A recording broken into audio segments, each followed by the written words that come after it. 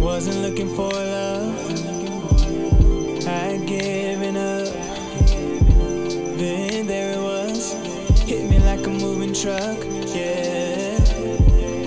Euphoria, such a powerful energy. Pull me in like gravity, now I'm stuck, no I'll never leave. You're what I've been needing all this time, thought I was doing fine. You're like the missing puzzle piece, yeah, you just fit. Tell me, where have you been? Where have you been? Where have you been? Where have you been? Oh, where have you been? Where have you been? Where have you been? Oh, where have you been? Where have you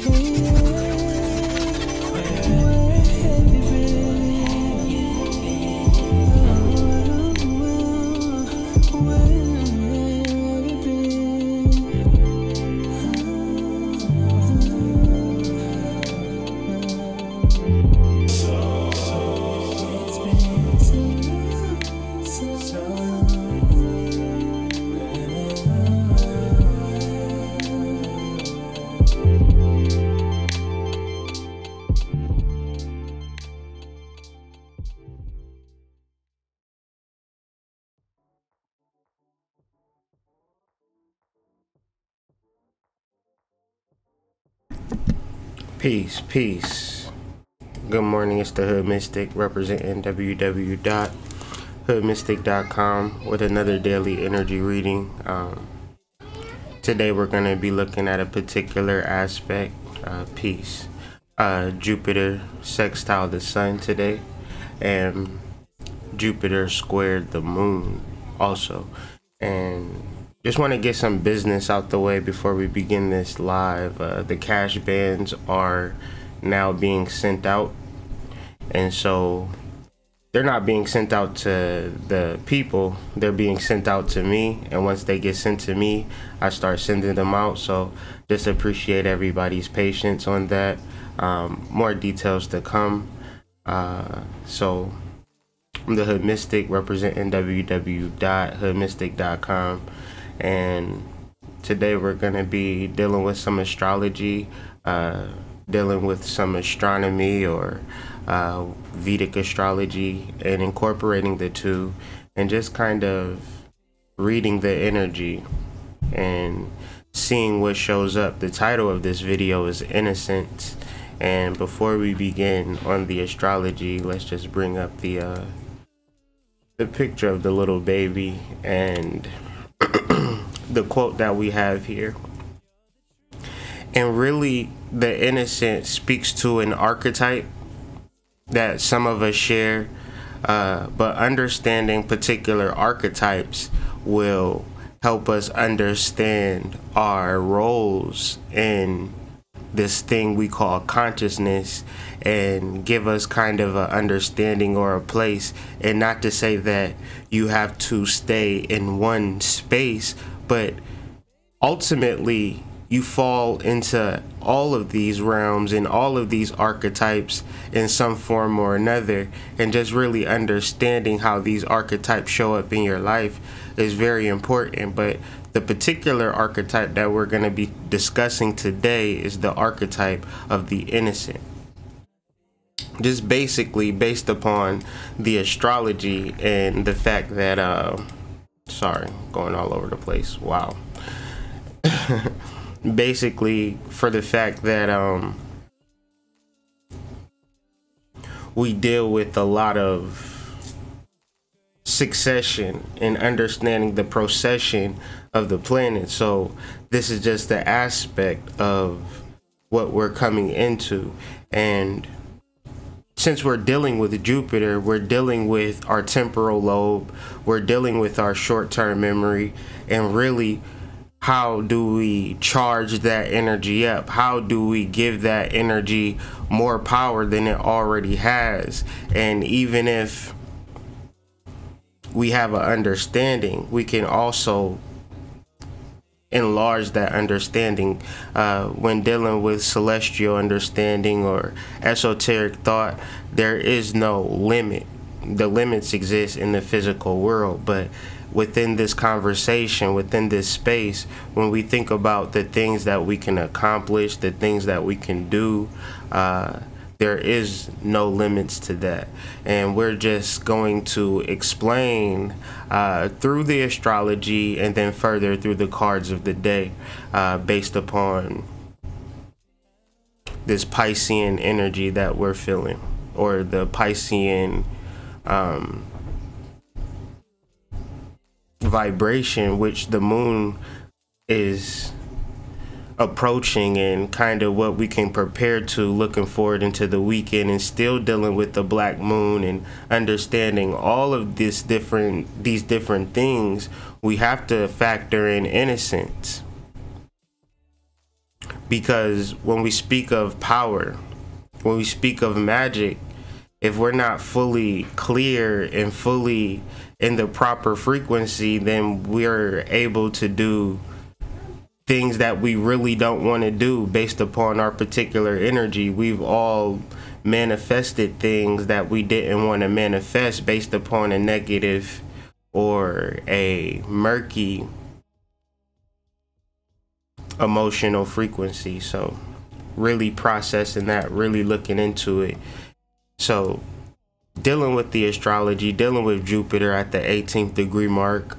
We've discussed this in the the new moon video. And Jupiter is a slow moving planet. It's still at that particular spot. So we can further elaborate on this particular spot. I added some things to the notes. If you are looking on the notes with me, the blue is the positive effects of working with this planet or understanding this planet. The red is the negative or the not so positive aspects of working with this planet. But ultimately, Jupiter in the 18th degree mark of Sagittarius, or in astrological or astronomical Ophiuchus, and astronomically being conjunct the Milky Way. So when you think about the Milky Way, you're thinking about that ancestral motherly energy that is a protective force in our lives. And if we don't move with that protection, then that protection becomes an isolation.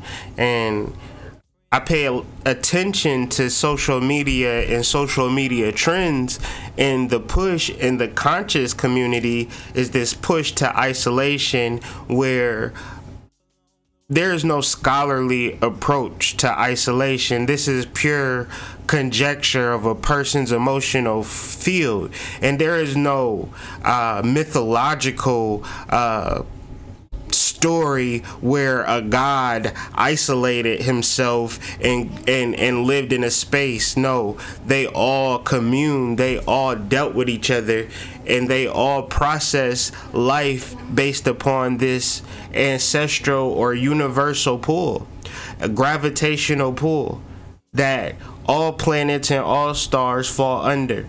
Even though they're self-motivated and self-perpetuated, and they create themselves,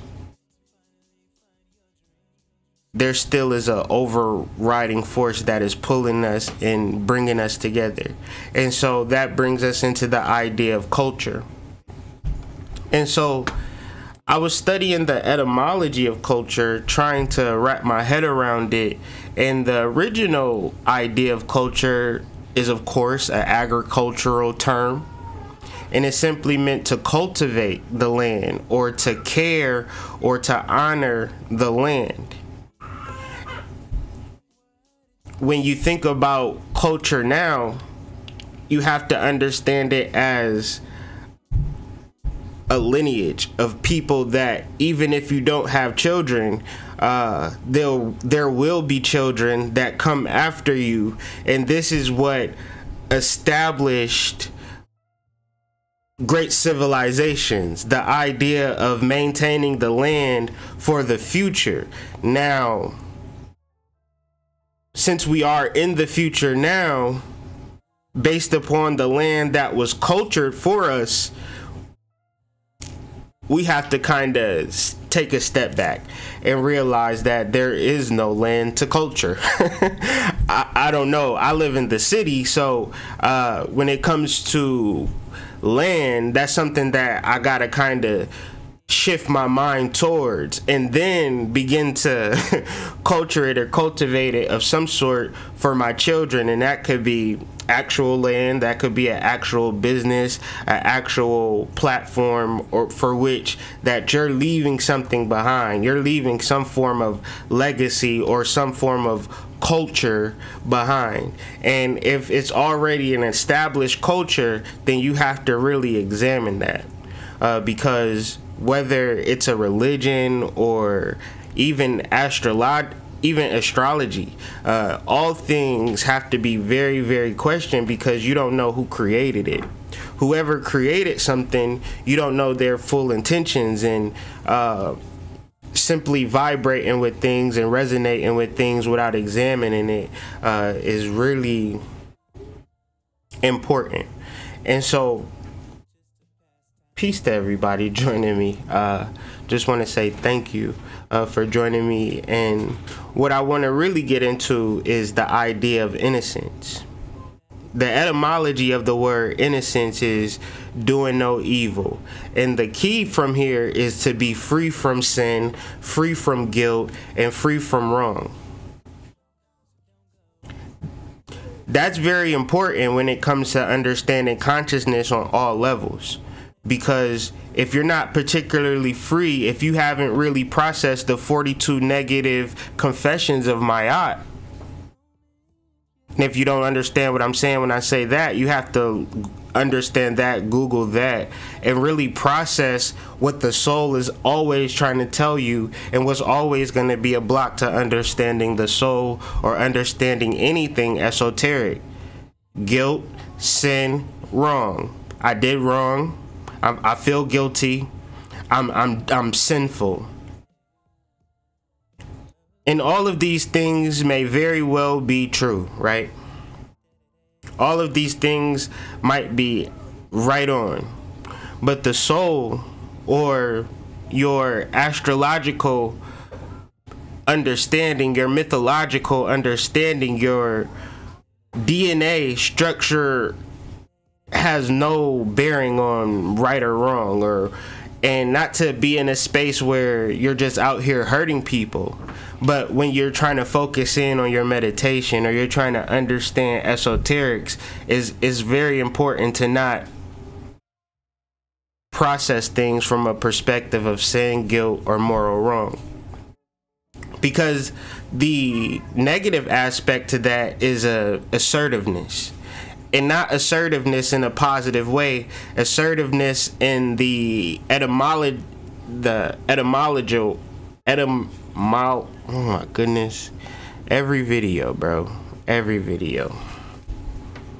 The etymology of assertiveness is more of a vindictive, more of a, I'm gonna defend myself based on the words that I say. So if you live in isolation, if you don't want to, procreate, you don't want to establish a relationship, whether professional, whether platonic, whether romantic, because you don't want to grow in those spaces. So therefore, you have to create a assertiveness about you. You have to defend yourself by words.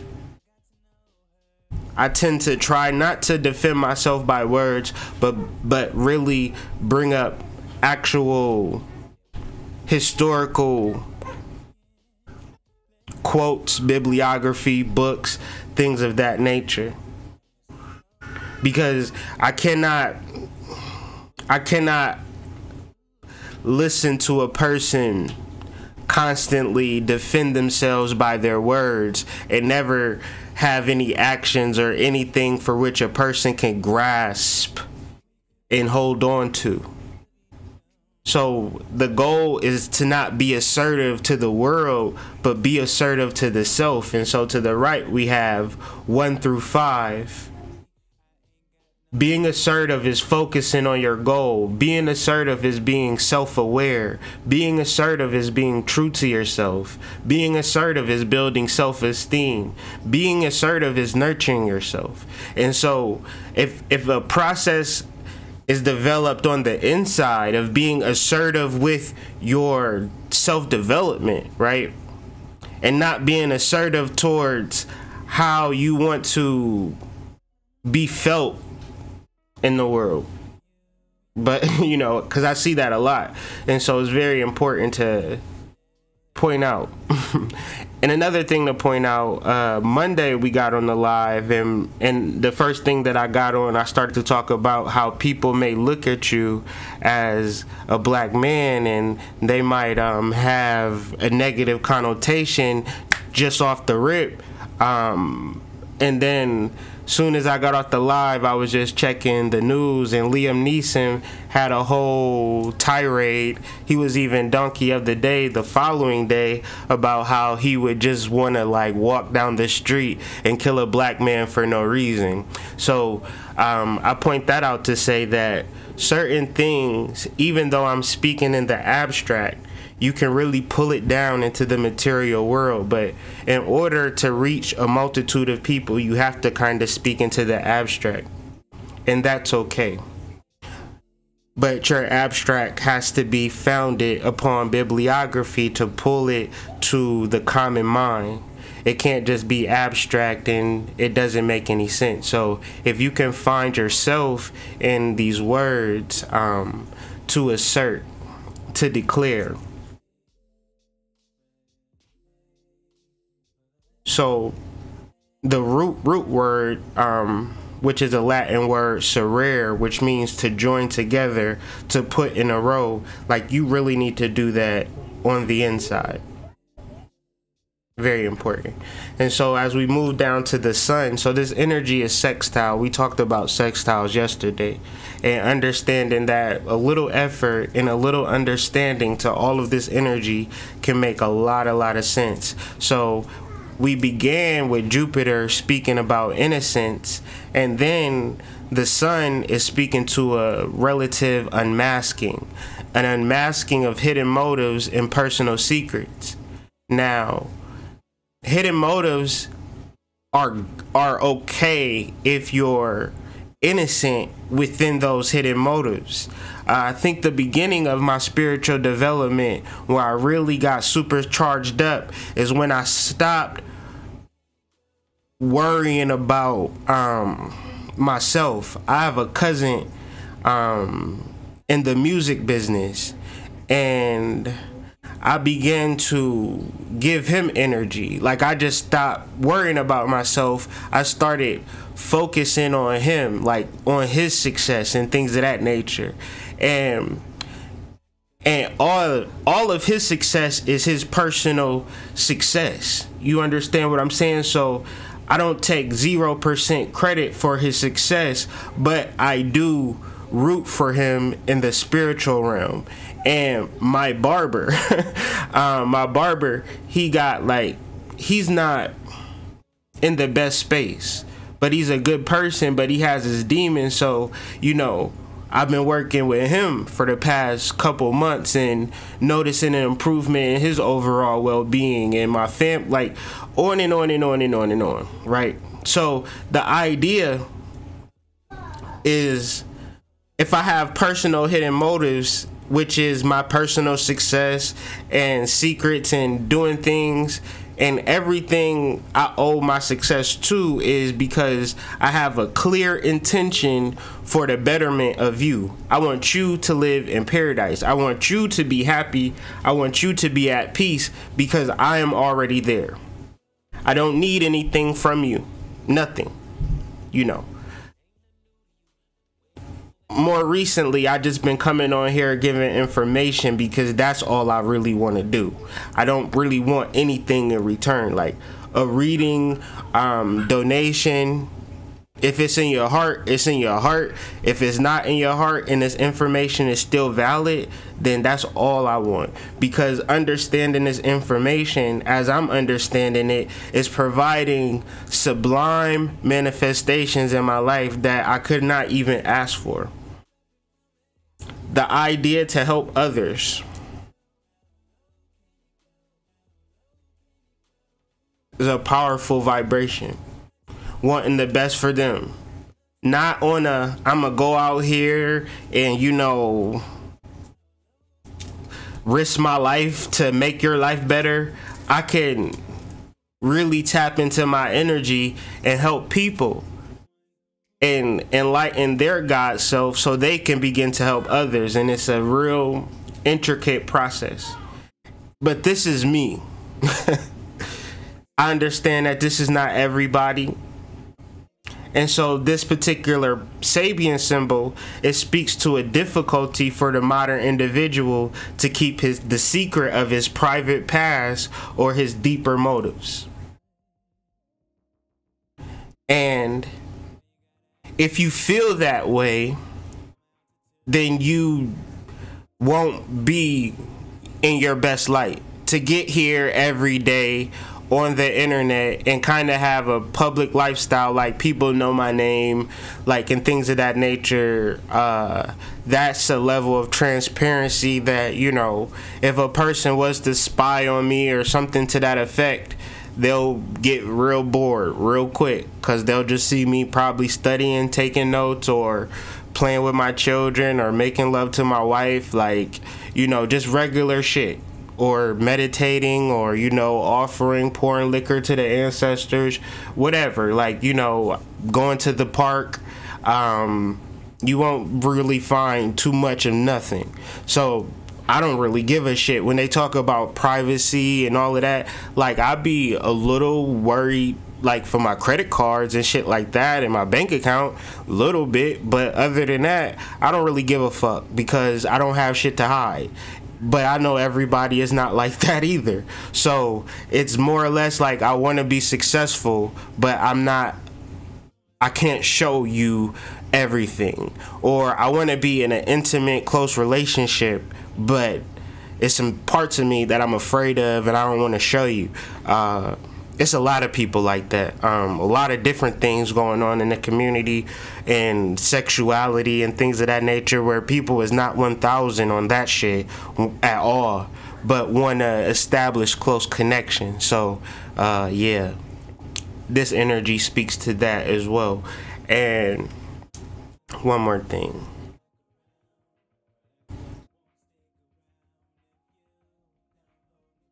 Trying to hide shit, holding shit in, is a level of not mastering your lower nature of what we talked about yesterday. And so now, today, we're in a space where it's like, okay, master my lower self, or I've taken some accountability or responsibility to my lower self, and so I'm tapping into my higher self, and from there, that's the level of protection that you need. You don't need to protect yourself and your secrets. Like, that's kind of backwards. And so I know this isn't like an easy place to get to for individuals. A lot of this, of what I learned of how to process this, was early in my life, through recovery. Actually, my mother was in recovery, and then I eventually was in recovery when I was in prison. But the foundation of recovery, or understanding recovery, is a 12-step program, and the 4th step is self-inventory.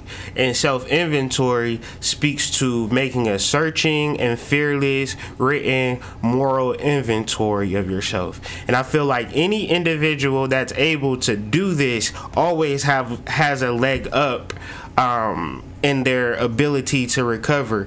You don't have to be talking about drugs or alcohol to be recovering. You could just be simply recovering from the ego, and tapping into your higher self is a level of recovery, because that ego is a form of a drug or a habit that, now that you're overcoming it, you have to have a process of overcoming it, or you'll slip back very easy. But you know, everybody has their own way of doing it. People don't particularly agree with the program, and neither do I. But you know, the 12 steps have some form of magic into them, based upon Dr. Bob and what they were doing. And because I grew up in Akron, and that particular area that they created, the Alcoholics Anonymous, is an area where witches preside, over on Market and Exchange Street over in the cut.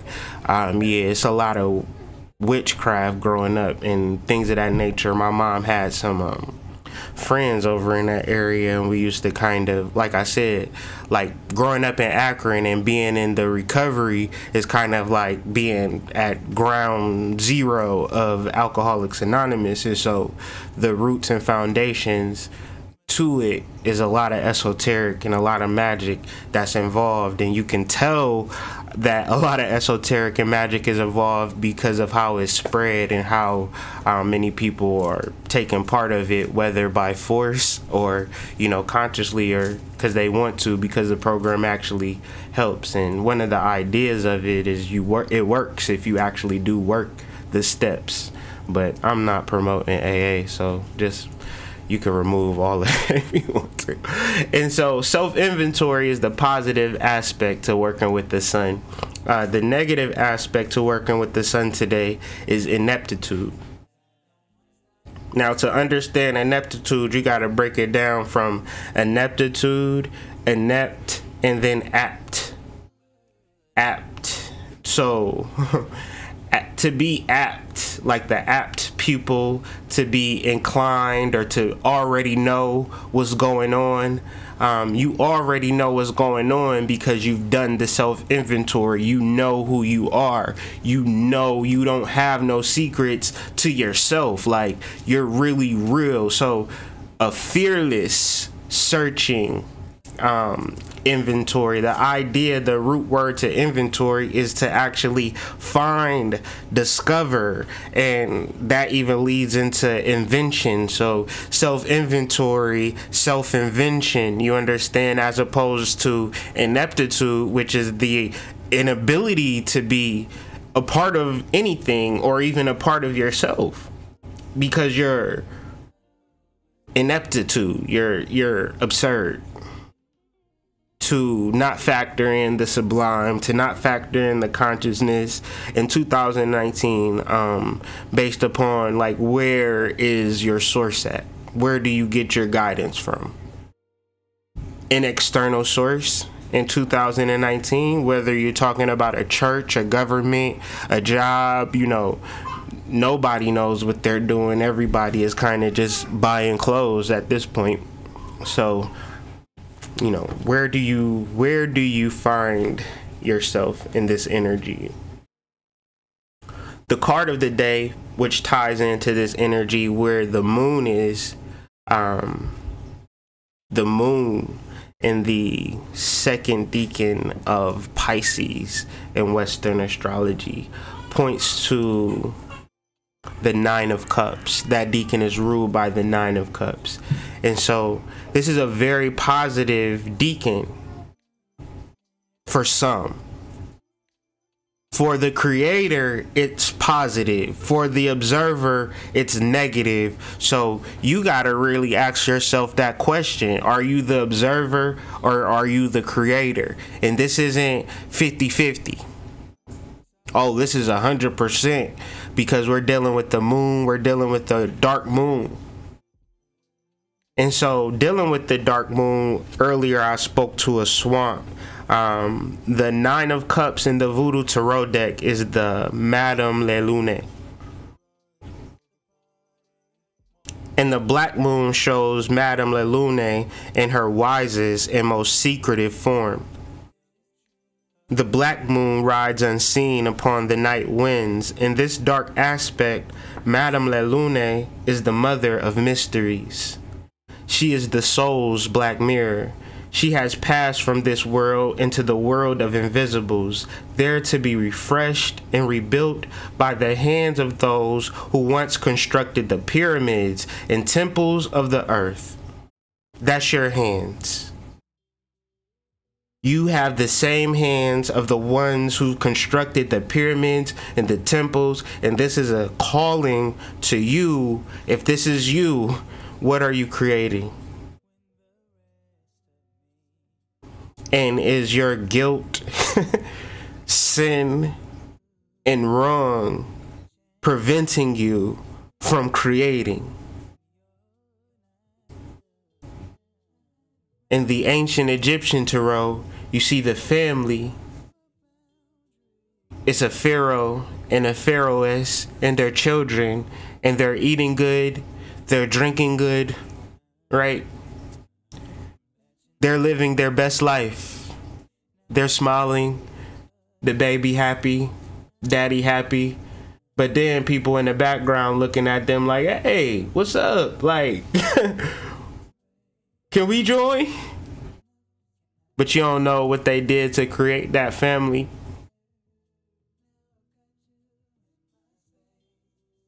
So you like, and then they're really in their zone. They're really in their vibration. So why can't you create that same zone and vibration for yourself? Especially in this moment in time. That's why these videos are so important in the moment, because we're presently dealing with a black moon, the remnants of a black moon. So this is the time to create. This is the time to really tap in. And a lot of deep conscious niggas tell you not to even pay attention to the moon and pay attention to astrology, and y'all will follow them and things of that nature. But you know, resonation is always key. So thank you for joining me on that stream of consciousness. I hope it wasn't too nerdy. I hope it made sense. I hope it was in alignment with things that you've been processing or things that you've been going through, and hopefully it gave you a solution. Okay, a solution. One being innocence, the second is doing the self-inventory and self-analysis, making a searching and fearless written moral inventory of yourself. If you find yourself in a level of defending yourself by your words and not defending yourself by your actions, or you're unable to grasp yourself, you can't meditate, you can't find your center, then it's time to do some work. So, any questions on that?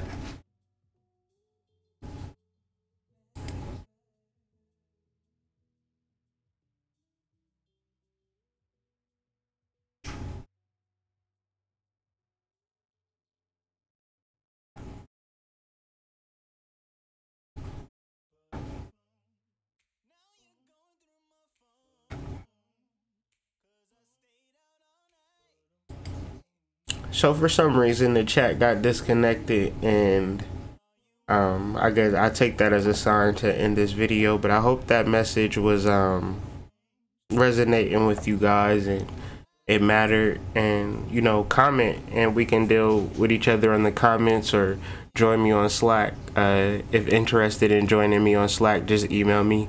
But peace, and hopefully we all have a beautiful day tapping into this energy. See you guys later.